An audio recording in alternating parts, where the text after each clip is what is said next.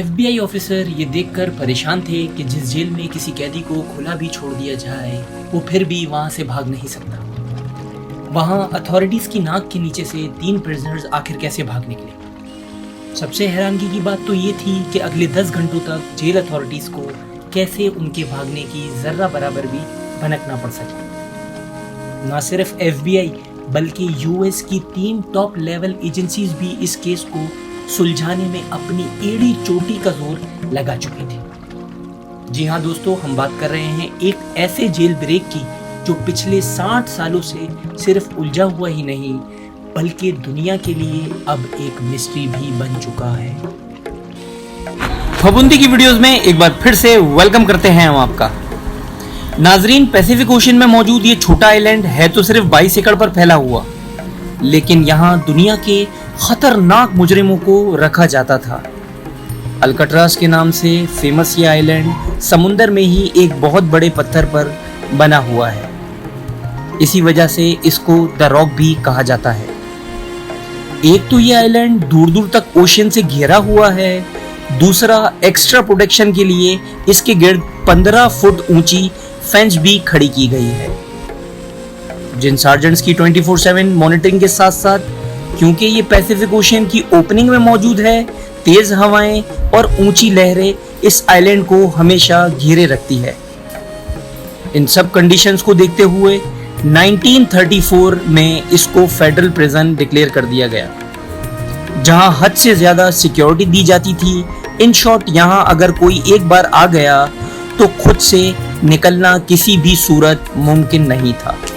नाजरीन, इस जेल को इनएस्केपेबल का दर्जा हासिल था, लेकिन 12 जुलाई 1962 को अल्काट्राज का सारा भरम तब टूटा जब 3 प्रिजनर्स यहाँ की सिक्योरिटी को बड़ी महारत से धोखा देकर फरार हो गए। इस कहानी के मेन किरदार ये 4 लोग हैं, जिनमें जॉन एंगलिन और क्लैरेंस एंगलिन आपस में भाई हैं। इनको एक बैंक रॉबरी के केस में यहाँ रखा गया था। उसके बाद ये हैं फ्रैंक मॉरिस, जो 13 सालों की एज से ही ऑन एंड ऑफ जेल की शक्ल देखता रहा है। इसको भी अल्काट्राज में बैंक रॉबरी की वजह से रखा गया था।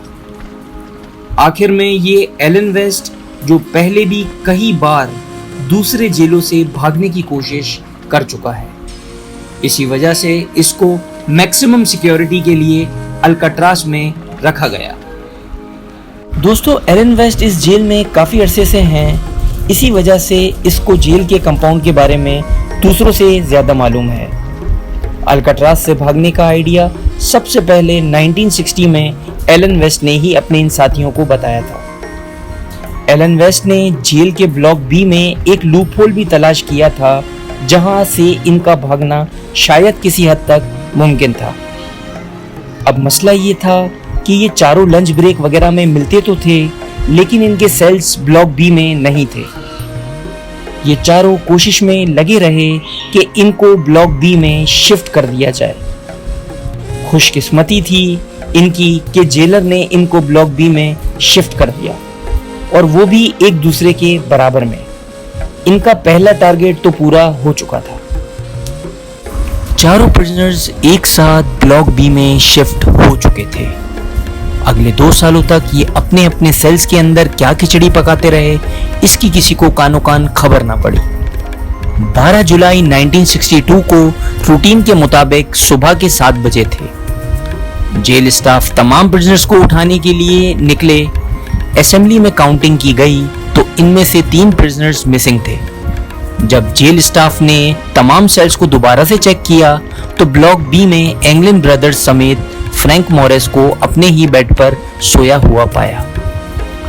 उनको ये बात बिल्कुल भी नॉर्मल नहीं लगी और उन्होंने सेल के अंदर जाकर उनको उठाने की कोशिश की।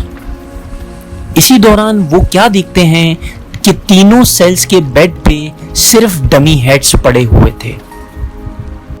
जी हाँ दोस्तों, वो तीनों भाग चुके थे और उन्होंने सोप, प्लास्टर और कंक्रीट के मिक्सचर से बनाए ये डमी हेड रख दिए थे। इनमें से एक हाथ लगने की वजह से जमीन पर गिरकर टूट भी गया, जिसको इस फोटो में भी देखा जा सकता है। ये मंजर देखकर पूरे जेल स्टाफ के होश खता हो चुके थे। उन्होंने ये समझकर कि प्रिजनर्स आइलैंड से बाहर तो जा नहीं सकते, पूरे आइलैंड की ही छानबीन शुरू कर दी, लेकिन कहीं भी उनका नामो निशान ना मिल सका। सबको एक ही चीज सताई जा रही थी कि इतनी हाई सिक्योरिटी में भी एक नहीं बल्कि तीन प्रिजनर्स भागे तो भागे कैसे। याद रहे दोस्तों कि इन भागने वालों में एलन वेस्ट नहीं था, जिसका असल में ये सारा प्लान था।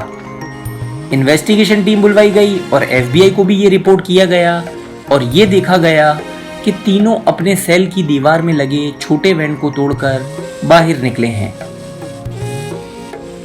हैरानगी तो तब हुई जब दीवार की परली साइड पर 3 नहीं बल्कि 4 सेल्स की वेंट डैमेज थे।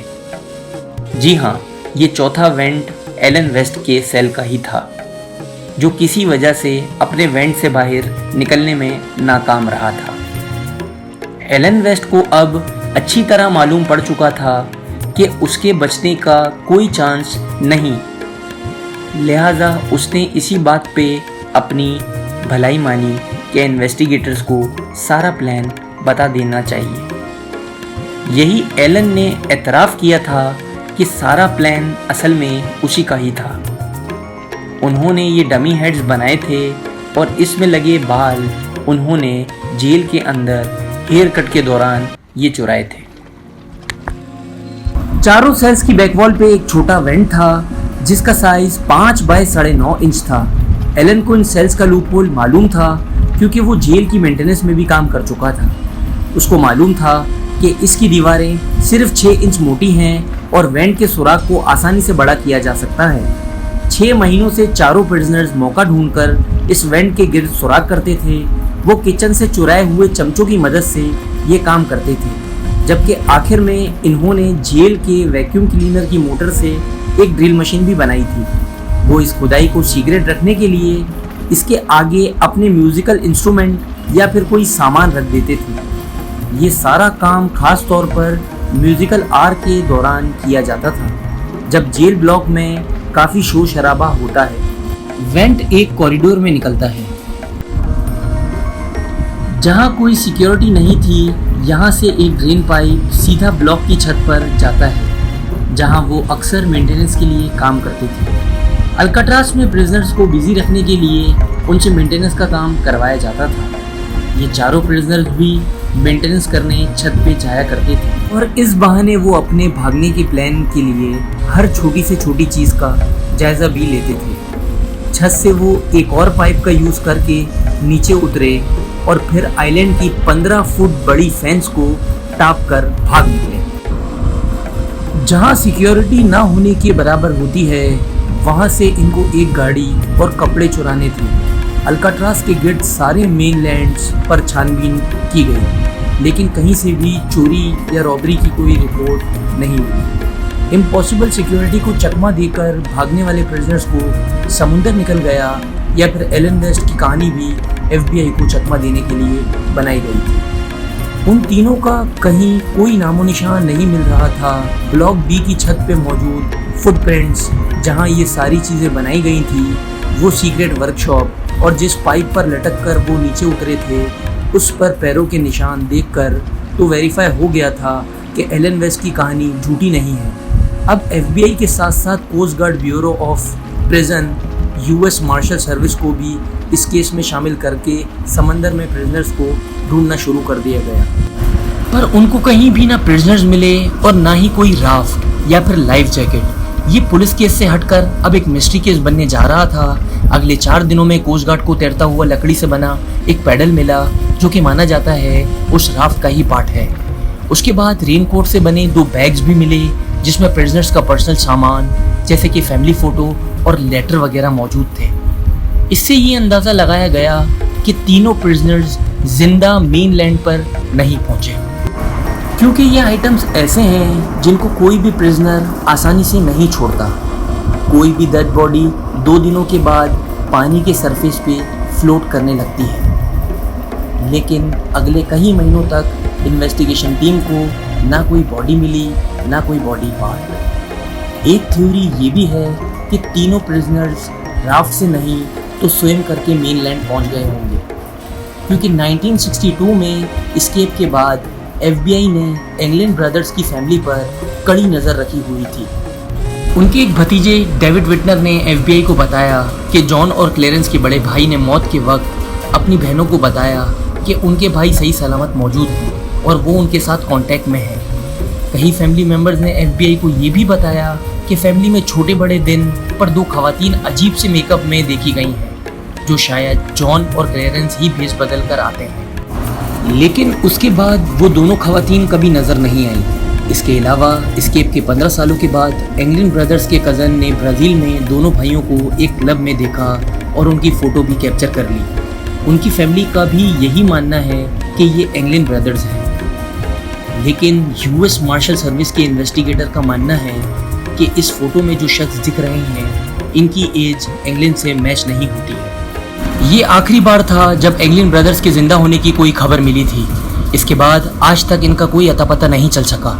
एस्केप के अगले ही साल अल्काट्रास को बंद कर दिया गया। 1979 में हिम्मत हारकर FBI ने भी ऑफिशियली इस केस से हाथ उठा लिया। अब सिर्फ US मार्शल सर्विस है जहां ये केस अभी तक खुला हुआ है, और ये तब तक खुला रहेगा जब तक ये प्रिजनर्स पकड़े नहीं जाते या उनकी डेड बॉडी नहीं मिल जाती, या फिर उनकी एज 99 नहीं हो जाती। अल्काट्रास आइलैंड को आज एक नेशनल पार्क में तब्दील कर दिया गया है, जहां टूरिस्ट ब्लॉक B की उन्हीं सलाखों को देख सकते हैं जहां 60 साल पहले एंगलिन ब्रदर्स, फ्रैंक मॉरिस और उनके साथी एलन वेस्ट कैद हुआ करते थे। उम्मीद करते हैं फफूंदी की ये वीडियो आप भरपूर लाइक और शेयर करेंगे। आप लोगों के प्यार भरे कमेंट्स का बेहद शुक्रिया। मिलते हैं अगली शानदार वीडियो में। खुदा हाफिज़।